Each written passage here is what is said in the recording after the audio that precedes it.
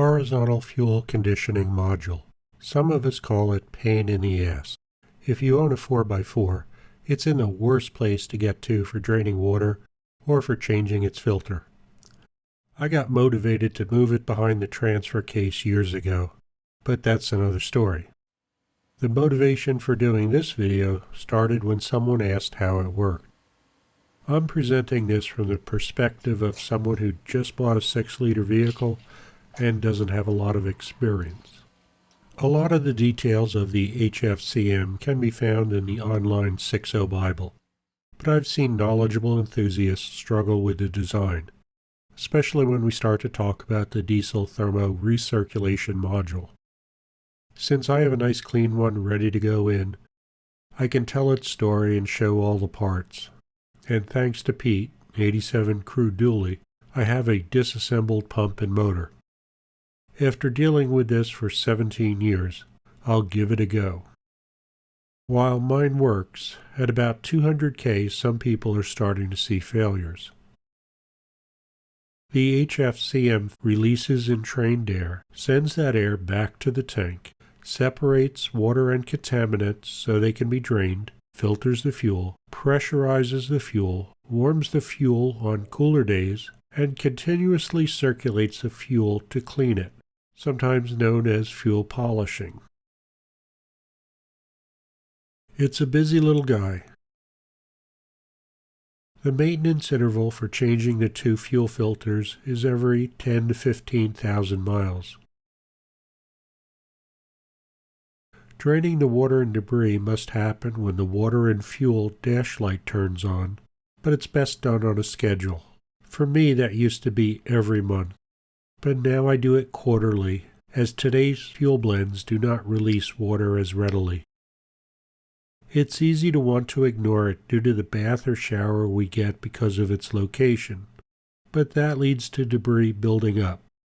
If you still have a working fuel heater, the buildup is worse, and it's in an area that's not easily cleaned.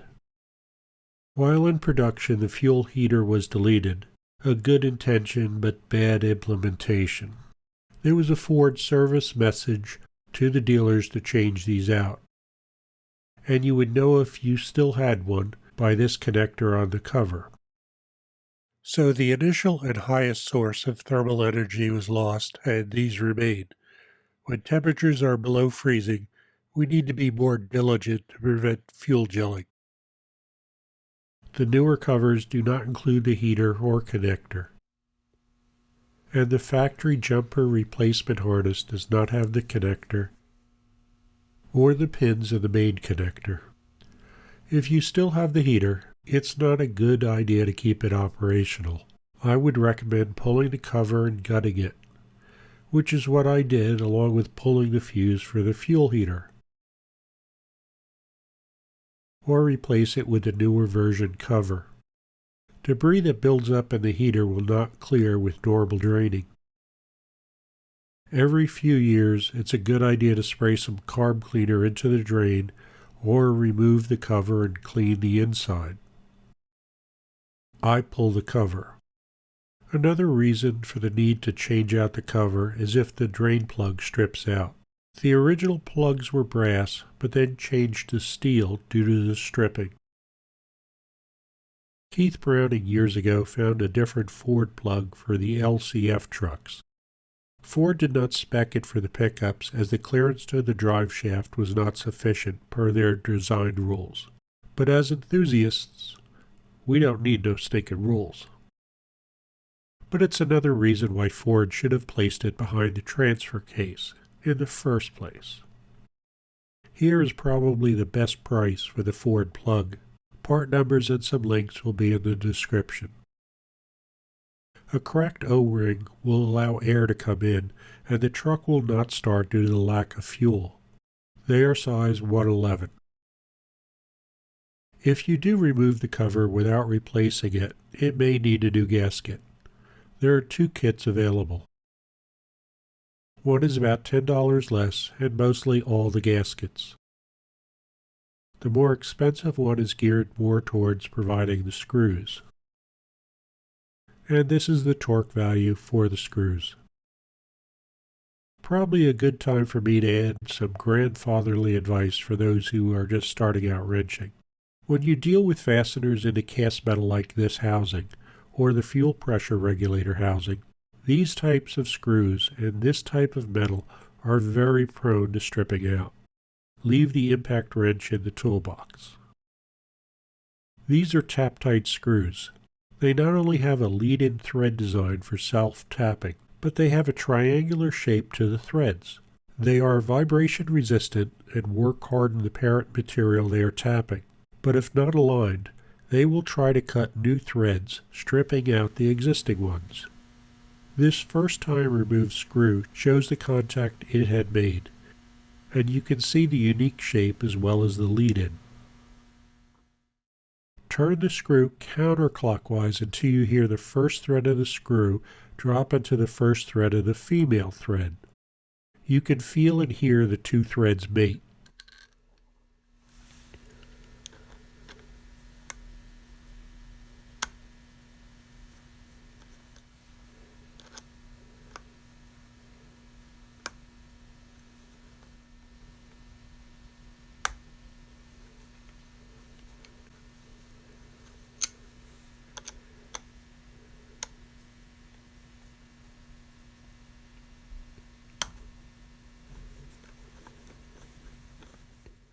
And just a warning, a bad load of fuel can overwhelm a filter, and the entire system would need to be cleaned. So it's a good idea to get a receipt for any fuel you buy and hold on to it until the next time you need a tank full. The front cover has 4 line connections, from the tank to the secondary filter, returning from the secondary filter, and back to the tank. With the front cover flipped over, the top return chamber looks like it's an easy pass-through, but it's not.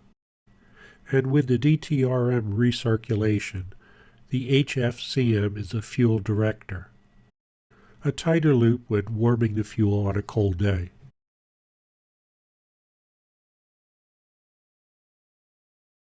Looking at the main housing side, it's starting to get a little bit more complicated.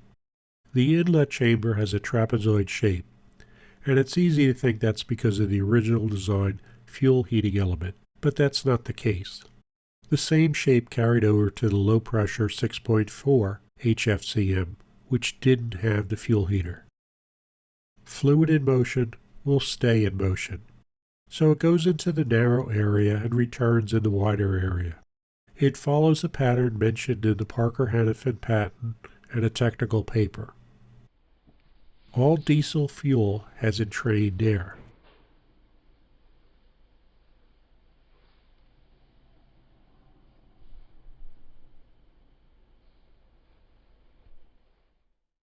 You can remove entrained air with a pressure drop or tortuous path. A pressure drop occurs when you squeeze the fuel and then let it decompress. Air will be freed up going through any tortuous path, and in some cases a filter. Compressing, slamming against the wall, and changing direction is a tortuous path. They also talk about the problem of collecting the released air within a filter assembly. Almost 2 decades ago, I was part of the Dahl Flippers Club. We were installing a Dahl filter in 7.3 Powerstroke's fuel system to provide better filtration. The air would accumulate in the filter, and you had to occasionally flip the assembly to get the air out. The second page from Parker describes that situation. But one thing the Dahl assemblies had was a clear bowl, so you could visually see when to drain the water and debris out. That's also true of the Recor marine filters. Behind the port from the chamber is a spring-loaded valve to prevent the fuel tank from flowing when removing the filter. If there's any debris in the seating area of the valve, and you have more than a half tank of fuel, diesel will continue flowing as the HFCM sits mid-level to the tank. The anti-rotation tab at the top of the filter chamber corresponds with a tab on the filter. It's also in line with the orifice that goes between the unfiltered and filtered side of this filter. The chamfer suggests the flow goes from the lower pressure pump side, bypassing any filtration. The air would nest in the top of the filter chamber, since the released air will not go back into solution.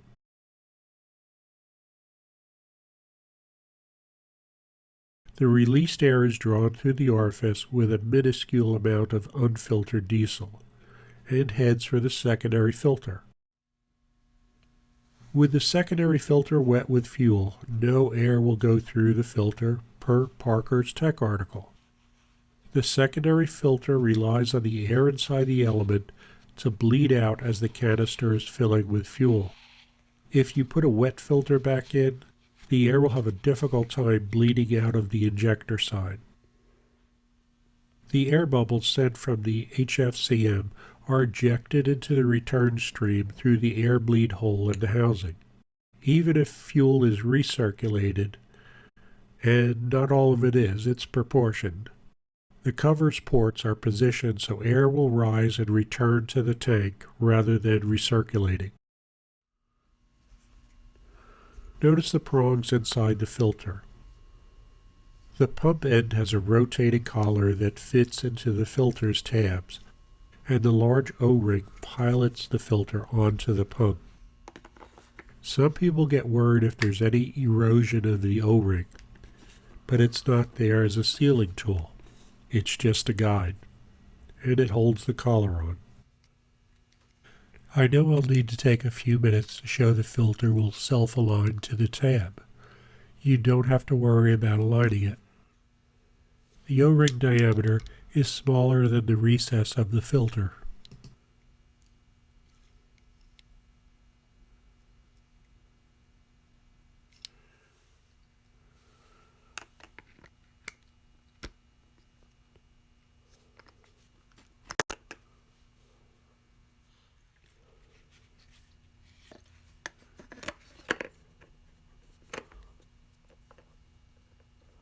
The rotating collar allows the filter to rotate. The filter's external O-ring fits into the HFCM housing. Many people do not realize this design feature of the Recirculation caps. They have a window in the groove so it's easy to get an O-ring tool under the O-ring. This is the best way to put an O-ring over threads like this and get it fitted into the groove. Pushing it over the threads abrades the O-ring, and you risk compromising the O-ring. 50 years ago, when I was showed this technique of installing an O-ring, the person used the term walking the dog. Every time I install an O-ring now, I think of that phrase. If the filter's pleats were bare, as with some aftermarket filters, water would collect in the top folds and harm the media. By having an aqua block sleeve over the entire pleated area, it can't collect in the creases and will just cascade over the pleats and fall to the bottom. These nibs inside the cap friction fit along with two others on the filter. They act as a clutch so the filter rotates into place before it engages the anti-rotation tab in the housing, ensuring the air bleed orifice will be in the right position. The filter snaps into the cap.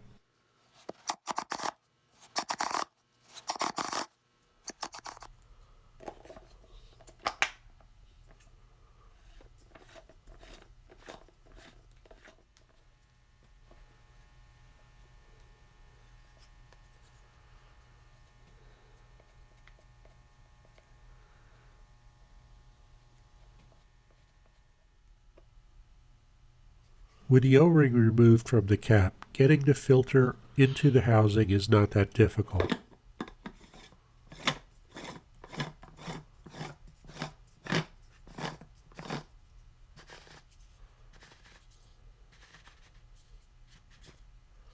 The filter finally hits the tab to locate the air bleed hole to the top. The filter body does not go all the way back into the cavity, and with the O-ring, It doesn't have to. The O-ring seals once it enters the housing. With the caps for both fuel filters, the oil, and the transmission, torquing the cap does not seal the O-ring. It's the squeezing that seal it. So I just lightly snub them up below the torque spec, then mark all the caps so in the future I can just index it into place. We can see how big the spillway is for water and debris to collect in the lower chamber. The sensor is designed to trip at 30 milliliters of water, although the chamber can hold much more. When the area fills with a fair amount of paraffin, the sensor can stay on even with the water drained. Or depending on the debris, water may not trip the sensor. So it's important to clean this area on a schedule, even if that means every year or two you spray some carb cleaner into the drain hole.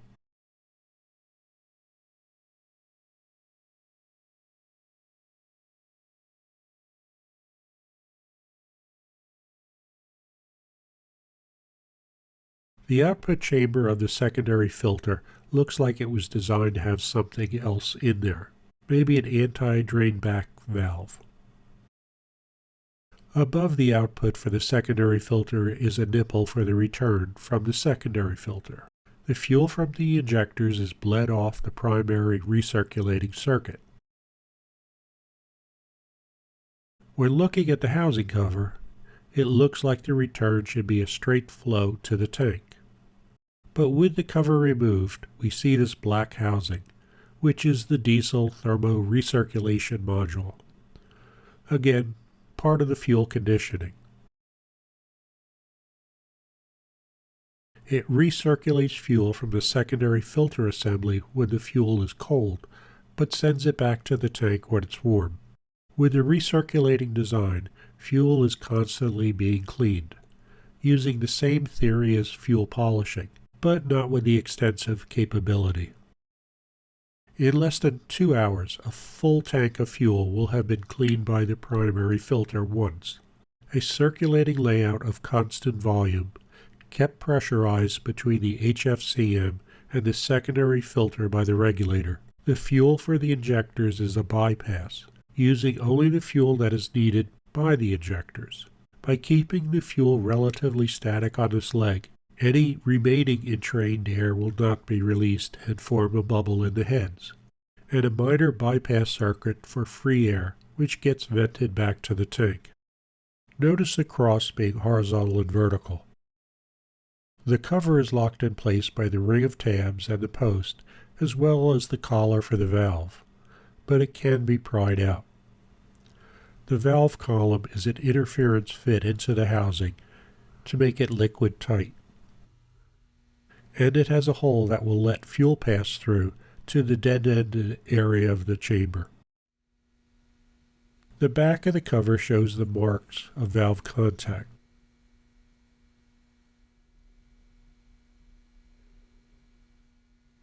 The seat for both springs snaps into place with the valve stem.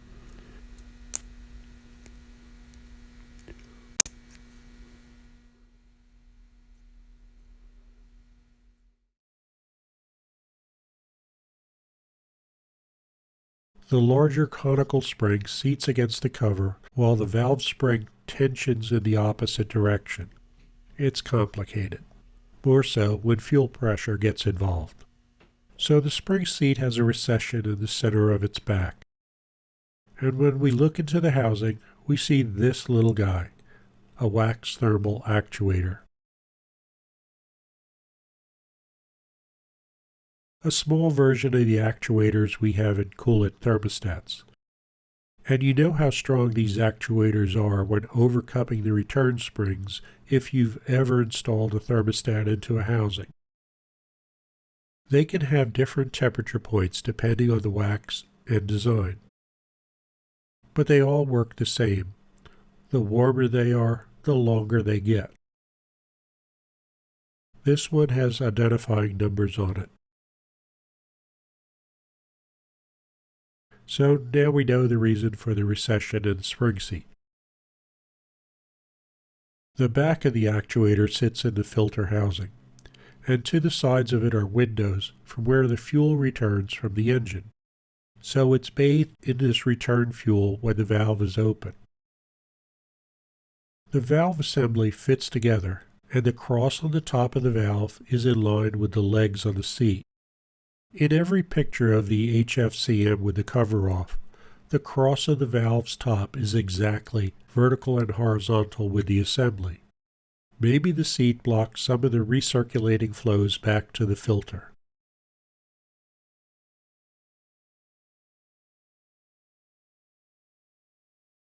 But it doesn't sit against the housing in a fully seated position. So for whatever reason, should you ever pull one apart, it seems they always assemble this valve in this orientation. Back to our thermal actuator, the heart of the DTRM.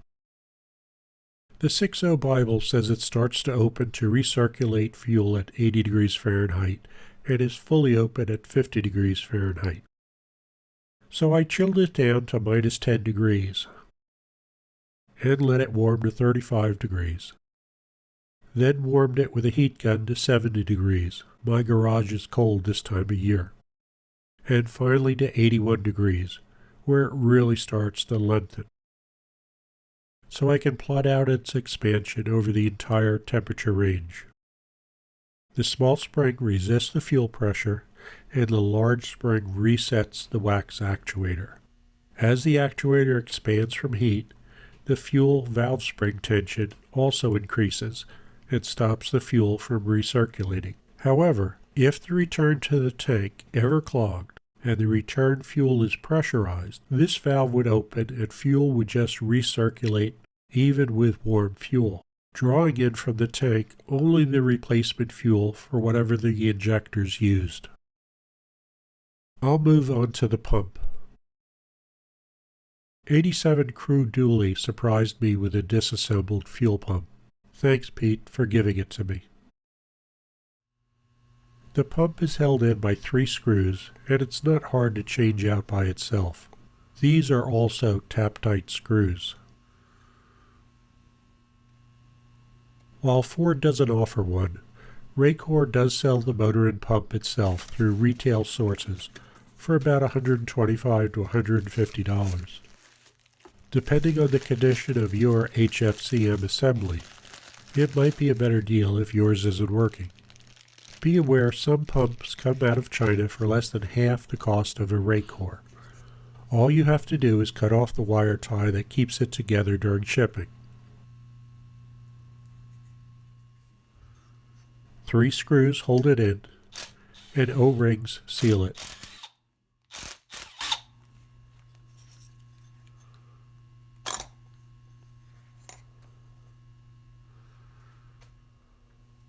So it's an easy change out if that's all you need.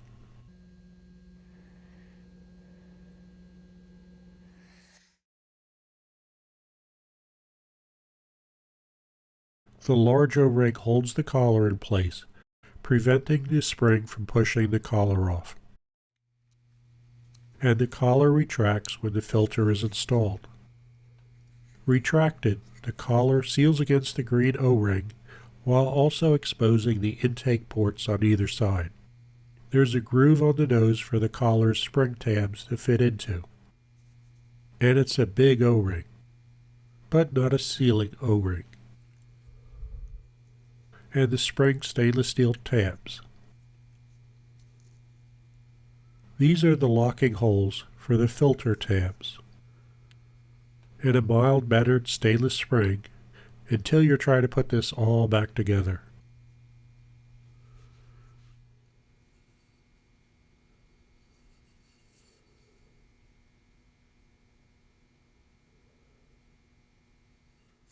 The plastic nose just slips into the main shell of the pump. But the shell does have a taper and a step down for where the pump actually fits into.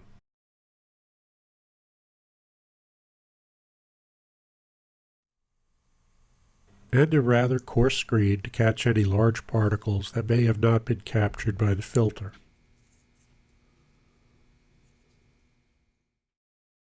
The electric motor and pump assembly come next.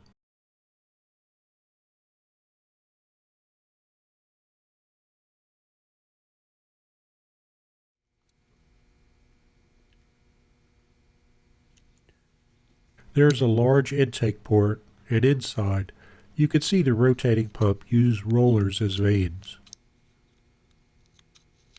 A pressure relief valve is located between the intake and pressurized side of the pump, which limits pressure output to 100 psi.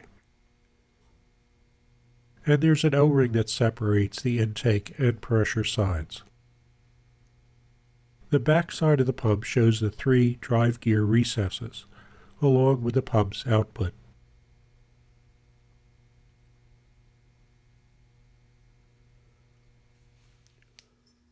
The electric motor is diesel fuel cooled, and the rear-facing commutator is also washed with diesel fuel. Makes you think about what you're using as a diesel fuel additive. The permanent magnets are held in place with spring clips.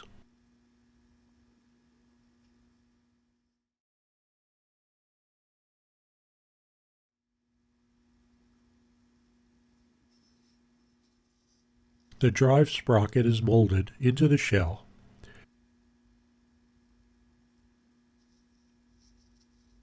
and the armature shows balancing cuts at several locations.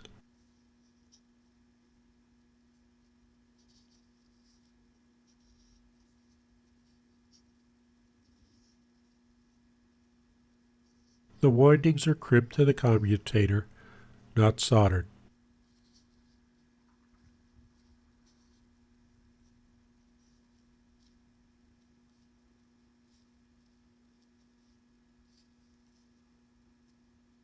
And there's some wear grooving.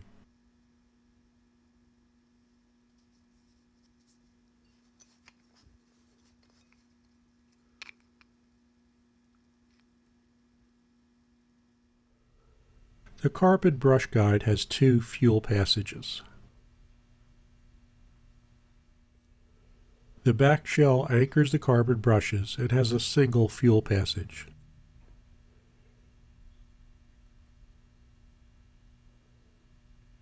The opposite side has bus bars to connect the back cover and connector. Pete had to break these bus bars to get the back cover off. With my working pump, we can pull back the cover a little and see the bus bars, and how they are formed to attach to the connector. I wanted to see if there was a resistor or diode located under the cover, but there wasn't. That helps me to understand why fuel pump relays go bad. The back cover is fastened into place, and between these 2 O-rings is where the fuel comes out, which flows out the housing.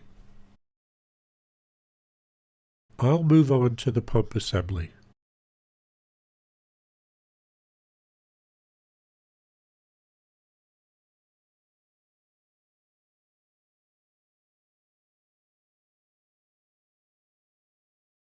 You can visually see the offset of the rotor to the housing, fuel pulled in from the bottom and compressed in the top.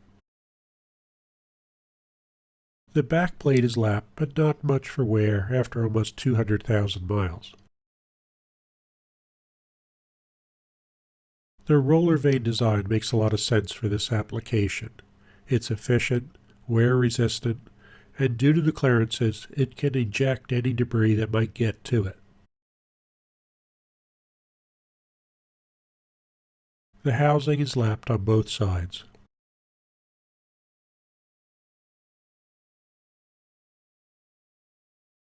The rotor is a simple design.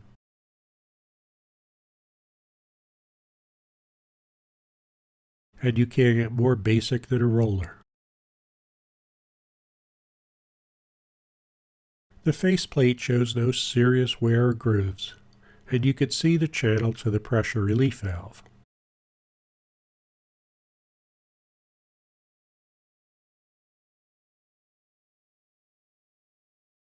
There is some polishing on the face, but no serious wear on it, nor on the shaft. During the dry run before videotaping, the little spring in here got rambunctious. Someday I might even find it in my garage, but not after an hour of looking.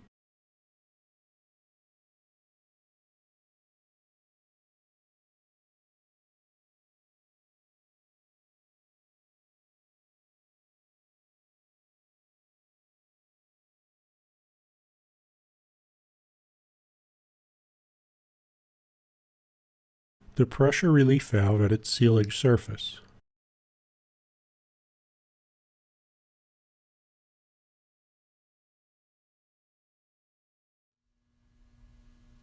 And the housing comes out relatively easy, sealed in place with an O-ring.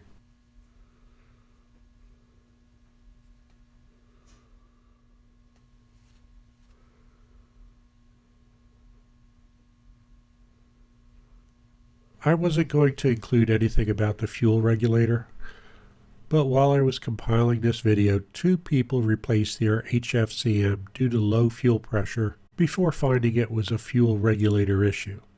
It can't be the fuel regulator, I just replaced it. Let's start out with that grandfatherly advice again. The fuel pressure regulator cover screw is a different version of the tap-tight, with more of a tapered lead-in, which makes them even worse. You don't get a well-defined alignment, and when putting on the cover, just as important, the spring has to be seated at its base. Over the years, some people have complained they have a hard time holding the cover in place against the spring while trying to get the screws in. This is an easy way to handle the issue.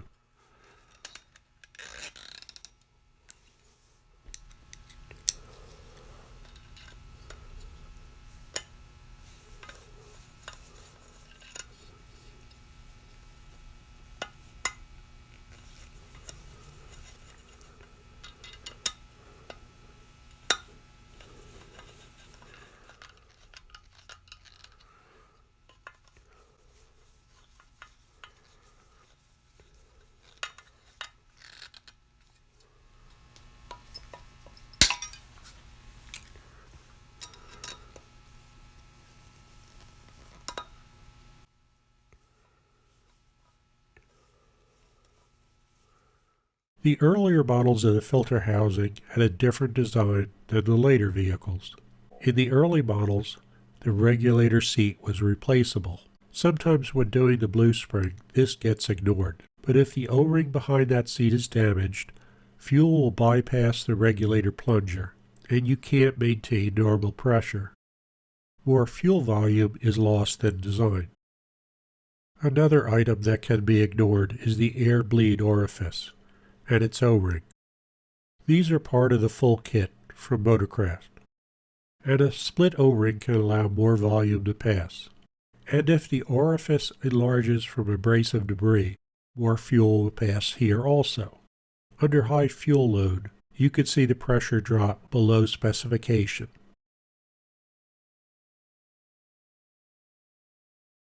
My remanufactured engine came with a newer housing that does not use the replaceable seat, and you can see some oxidative erosion.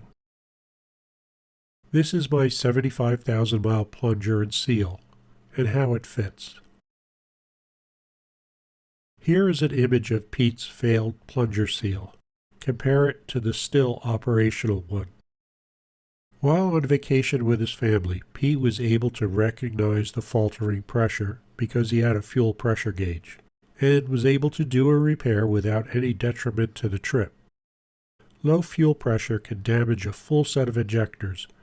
In my opinion, it's one of the most important gauges to add to a 6.0, for about $100 to $200 in parts. And there are many forums and sites that show different ways of installing the sensors and installing the gauge, off the test port for injector side pressures, or at the top for pump side pressures. Another important hint, always use 2 wrenches on this type of fitting, or you'll risk kinking the tube. Racor sells the HFCM to other companies other than just Ford, so you can get one from Napa or Carter dealers. This is a Ford sold part. Notice the Famoco. The aftermarket retailers get the Fomoco ground off, but it is a Raycor product. I've added still images of the pump that I took for this video to the end. Most provide an improved focus of the parts than what's shown in the videos. If you've made it this far, thanks for watching. And again, thanks to Pete for the fuel pump. And to HFCM. Nobody took the time to learn who you were.